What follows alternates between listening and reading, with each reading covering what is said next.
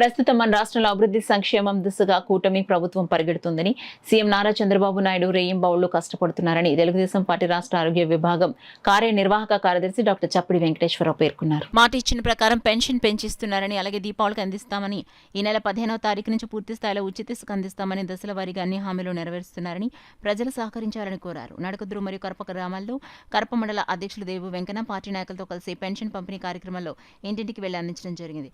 జగన్ ప్రభుత్వంలో గాడి తెప్పిన పాలనను సరిచేసే ప్రయత్నంలో బాబున్నారు. ప్రజలందరి నోట ఇది మంచి ప్రభుత్వం అని వింటుంటే చాలా ఆనందంగా ఉందని తెలిపారు. కార్యక్రమంలో కె సత్యవేణి, రామకృష్ణ, జ్యోతి తదితరులు పాల్గొన్నారు. ఆ వాగ్దానాన్ని కూడా దశల వారీగా అమలు చేయడానికి రెడీగా ఉన్నాము. దీపావళికి గ్యాస్ సిలిండర్ దీపావళికి ఇవ్వడం కూడా జరుగుతుంది.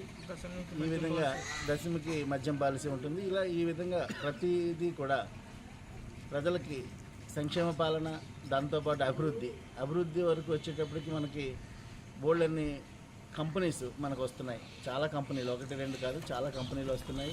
ఇంతకుముందు వెళ్ళిపోయిన లులు కంపెనీ కూడా మళ్ళీ మనకు రావడము, అలాగే వైజాగ్ ఏరియాలో మళ్ళీ లులు కంపెనీ పెద్ద మాల్స్ స్టార్ట్ చేయడం కూడా జరుగుతుంది.